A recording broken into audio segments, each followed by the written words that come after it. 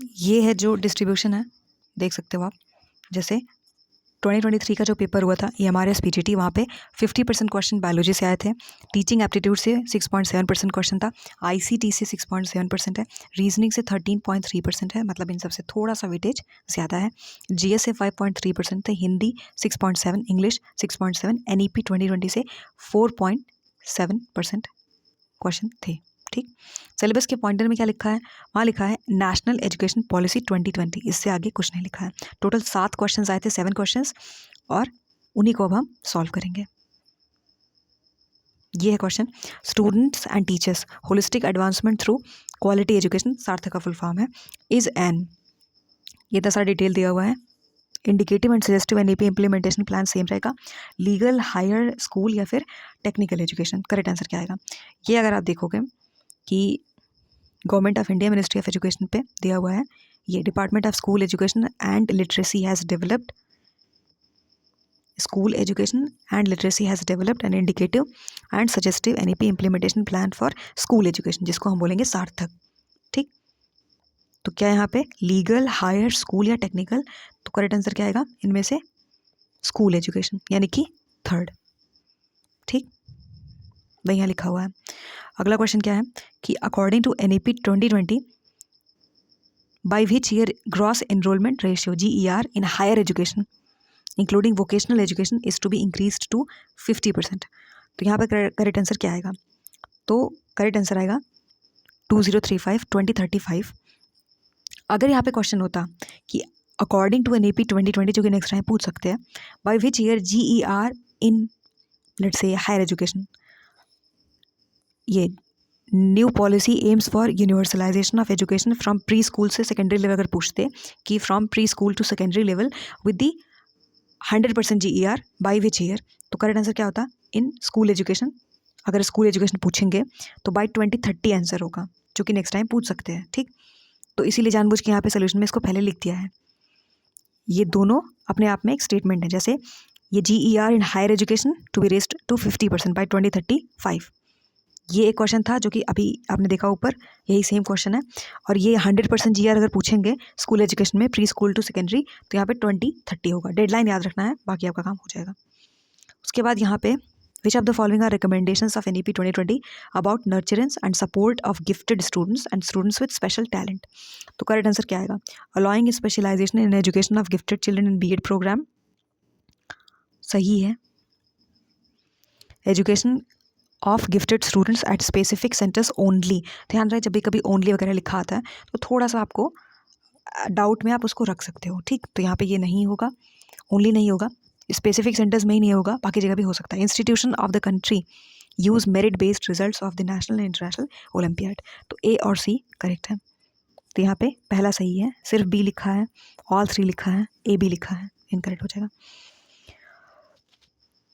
बाकी explanation part आप देख लेना, वही लिखा हुआ है। NEP 2020 proposes to set up a national assessment center in which a number of aspects of assessment have been envisioned to be addressed। इनमें से कौन सा नहीं है, नोट को सबसे पहले सर्कल बनाएंगे। There in the purview of said national assessment centre, सबसे पहले ये है कि conduct of achievement surveys, preparation of guidelines for students, ये दोनों सही है। Assessment conduct of examination at different school levels, ये गलत है। स्टैंडर्ड सेटिंग ऑफ असेसमेंट सही है, तो थर्ड जो है वो इनकरेक्ट होगा, क्योंकि जो यहाँ पे लिखा हुआ है ना कि conduct of examinations eight different school levels, this is not under the purview of परख। ठीक, बाकी यहाँ पे वही लिखा हुआ है कि बोर्ड एग्जाम और दूसरे स्कूल लेवल एग्जाम्स जो है वो स्टेट और सेंट्रल एजुकेशन बोर्ड के द्वारा ही कंडक्ट करवाए जाएंगे, not by national assessment centre, इसको थोड़ा ध्यान रखेंगे। Which of the following approaches as per NEP 2020 can not be, not को सर्कल बनाएंगे, be considered as an approach of experiential learning, तो एक्सपीरियंशियल लर्निंग का मतलब ये होता है कि नाम से ही समझ रहे होगे ना कि थोड़ा सा एक्सपीरियंस हो जाए, हाँ, तो सीखते सीखते ऐसे, जिसमें ज्योग्राफी आ जाता है और बायोलॉजी आ जाता है, ये सब थोड़ा इंपॉर्टेंट है। एक्सपीरियंशियल लर्निंग में सारे सब्जेक्ट को एक्सपीरियंस नहीं कर सकते हैं। ठीक, अब मैथ्स के क्वेश्चंस आपके सामने पड़े हैं तो बैठो उसको सॉल्व करो, तो इस तरीके से। तो यहाँ पे क्या होगा, अब पूछा है कि इनमें से कौन सा कंसीडर नहीं किया जाएगा। Pedagogy based on story telling, तो ये तो ऑब्वियस है किया जाएगा। Engagement of students in various exploration, यहाँ पे एक्सपीरियंशियल लर्निंग की बात करी गई है, तो एक्सप्लोर तो करेंगे ही, दूसरा भी सही है। अब यहाँ पे दिया हुआ है कि reduction of the curriculum content, integration of art across curricular pattern. ध्यान रहे आर्ट को ना क्रिएटिविटी से लिंक किया जाता है बाकी चीज़ों से, तो आर्ट को भी इंक्लूड किया जाएगा। जैसे अगर आपने कभी पेंटिंग वेंटिंग ड्राइंग वगैरह बनाया होगा तो एक बहुत अच्छा एक्सपीरियंस होता है, तो वो कोई छोटी चीज़ नहीं है। आप नेचर के सामने खड़े हो, पार्क है या कहीं भी आप मान लो पेड़ पौधे देख रहे हो, उसी को देख के अगर आपको ड्रॉ करना पड़े या पेंटिंग बनानी पड़े, तो वो भी एक्सपीरियंशियल फॉर्म ऑफ लर्निंग में ही आता है, तो हम इसको बोल सकते हैं कि हाँ ये भी आएगा। यहाँ पे लिखा हुआ है कि कंटेंट को कम कर दिया गया, तो इसका इससे कोई लेना देना नहीं है। कंटेंट को कम करने का मतलब ये थोड़ी ना होता है कि इससे जो है एक्सपीरियंशियल लर्निंग लिंक्ड है, इसका कोई दूर दूर तक एक दूसरे से लिंक नहीं है, इसीलिए थर्ड करेक्ट हो जाएगा। नॉट पूछा था इसीलिए थर्ड करेक्ट हो जाएगा।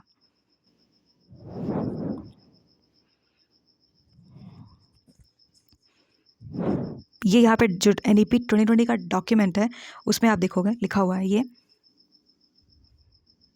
उसी डॉक्यूमेंट में यहाँ पे लिखा हुआ है कि in all stages experiential learning will be adopted, including hands-on learning, arts integrated and sports integrated education, storytelling based pedagogy, among others, as standard pedagogy within each subject, with exploration of relations among different subjects. तो keywords यहाँ पे आपको मिल रहा होगा exploration, art integrated और storytelling, ये तीन थे keywords जो यहाँ पे लिखे हुए हैं।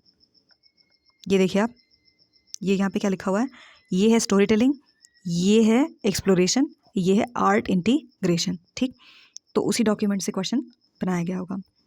अब यहाँ पे देखते हैं इनमें से कौन सा can not be considered to be a major shift. तो हमारा कीवर्ड यहाँ पे क्या है क्वेश्चन में, major shift in the recommendation of NEP 2020 with reference to earlier educational policies in the country. तो कंपेयर करना है दोनों को एक तरीके से। 5+3+3+4 करिकुलर स्ट्रक्चर, ये सही है, पहले 10+2+3 स्ट्रक्चर था। ठीक, तो ये सही है। Focus on critical thinking and conceptual understanding, तो ये भी सही है। और पहले यही था ना, रोट लर्निंग, समझाया गया है कुछ नहीं, रटो और आगे बढ़ो। तो अभी इसको थोड़ा सा चेंज किया, क्रिटिकल थिंकिंग डेवलप करने की बात करी जा रही है। Promotion of multilingualism in teaching and learning, तो इसकी भी बात की गई है कि बच्चे को मदर टंग में बाकी चीज़ों में पढ़ाया जाए ताकि कॉग्निटिव डेवलपमेंट अच्छे से हो। को लोकेशन ऑफ आंगनवाड़ी केंद्रास in schools in the neighbourhood, तो ध्यान रहे ऐसी कोई खास बातचीत नहीं करी गई है। वजह क्या है, यहाँ पे जब आप देखोगे यहाँ पे, तो ये पहले से ही एक एग्जिस्टिंग में था, already an existing policy focus under the ये इंटीग्रेटेड चाइल्ड डेवलपमेंट सर्विसेज, तो इसको नहीं बोल सकते। तो अगर आप देखोगे करेक्ट आंसर क्या आएगा, तो करेक्ट आंसर आएगा ये फोर्थ। ठीक, क्योंकि यहाँ पे क्वेश्चन में क्या बोला, नॉट, नॉट को सर्कल बनाएंगे तो क्वेश्चन सॉल्व करने में आसानी होगी। अब यहाँ पे लिखा हुआ है कि विच of the following conditions have not, not को सर्कल बनाएंगे, been envisaged in NEP 2020 for the promotion of early childhood care and education at the foundational stage of learning. तो यहाँ पे multilevel activity based learning, colocation of anganwadi centres with primary schools, developing a new cadre of ECC teachers, क्या सही होगा। तो यहाँ पे जो करेक्ट आंसर आएगा ये सही है, multi level activity based learning होनी चाहिए, को location of anganwadi centre primary school होना चाहिए, एक नया कार्डर ही डेवलप किया जाएगा ECCE टीचर्स का, ये गलत है। नॉट पूछा था, नॉट, तो सी को ढूंढो, ओनली सी जहाँ मिल जाए, only A incorrect, both AC incorrect, both BC incorrect, only C is the correct answer. यहाँ पे अगर आप देखोगे जो डॉक्यूमेंट, ये अगर आप देखोगे जो डॉक्यूमेंट में लिखा हुआ है कि सबसे पहले तो ECC से रिलेटेड कुछ लिखा हुआ था, जैसे आप देखोगे तो लिखा था कि ECCE ideally consist of flexible multifaceted multi level play based activity based inquiry based learning comprising of alphabets languages etcetera.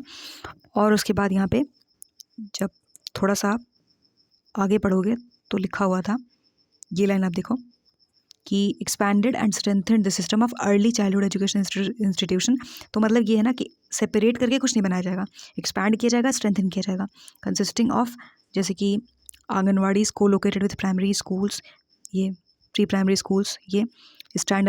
यहाँ पे आप देखोगे लिखा हुआ कि गवर्नमेंट शैल प्रिपेयर कार्डर of professionally qualified educators, separate word missing है, सेपरेट नहीं लिखा है, इन आंगनवाड़ी करेंट आंगनवाड़ी वर्कर्स और teachers will be trend through a systematic effort in accordance with pedagogical framework developed by NCERT। Separate word missing है इसीलिए हम इसको नहीं मानेंगे।